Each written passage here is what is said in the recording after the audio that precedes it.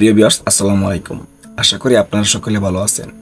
আজকে আপনাদের সাথে আলোচনা করব বাংলাদেশের অবহেলিত একজন ক্রিকেটার সাব্বির রহমানকে নিয়ে। সাব্বির রহমান বাংলাদেশের এমন একজন ক্রিকেটার যিনি অল্প বয়সে বাংলাদেশ ক্রিকেট থেকে সরে গেছেন। তিনি চাইলে বাংলাদেশ দলের জন্য অনেক কিছু করতে পারতেন, কিন্তু তাকে তেমন পর্যাপ্ত সুযোগ দেওয়া হয়নি। তার পিছনে আমরা দুটি কারণ লক্ষ্য করতে পারি। এক, বাংলাদেশ ক্রিকেট বিসিবি কর্মকর্তাদের অবহেলা। দ্বিতীয়ত, তিনি একজন অহংকারী প্লেয়ার, যার কারণেই তিনি বাংলাদেশ ক্রিকেট থেকে আস্তে আস্তে সরে গেছেন। হয়তো তিনি আর বাংলাদেশ ক্রিকেটে ফিরে আসবেন না। তবে যেহেতু বাংলাদেশ বিসিবি সভাপতি নাজমুল হোসেন পাপনের পদত্যাগ হয়েছে এবং নতুন একজন বিসিবি সভাপতি যুক্ত হয়েছে, যিনি অত্যন্ত ভালো মনের মানুষ, তিনি যদি আবার চেষ্টা করে সাব্বির রহমানকে জাতীয় দলে সুযোগ দেওয়া হবে। তিনি যে সুন্দর করে পাওয়ার হিটিং ব্যাট করে তা বাংলাদেশের পক্ষে আর কেউ করতে পারে না।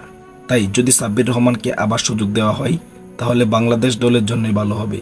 কারণ আপনার আমার অনেকেরই ভালোবাসার একজন প্লেয়ার হচ্ছে সাব্বির রহমান। আর এই সাব্বির রহমান যদি বাংলাদেশ ক্রিকেট দলে আবার সুযোগ পায়, তাহলে অনেকেই খুশি হবে।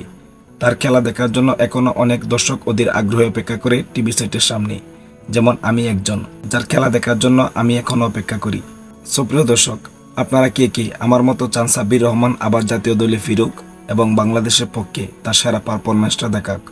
তারা অবশ্যই কমেন্ট বক্সে কমেন্ট করে যাবেন। আর এদিকে একটি বিশেষ দ্রবষ্ট হচ্ছে, আমি ক্যামেরার সামনে নতুন কথা বলতে চেষ্টা করছি। আপনারা আমাকে সাপোর্ট করবেন যাতে আমি আস্তে আস্তে ক্যামেরার সামনে স্পষ্টভাবে কথা বলতে পারি।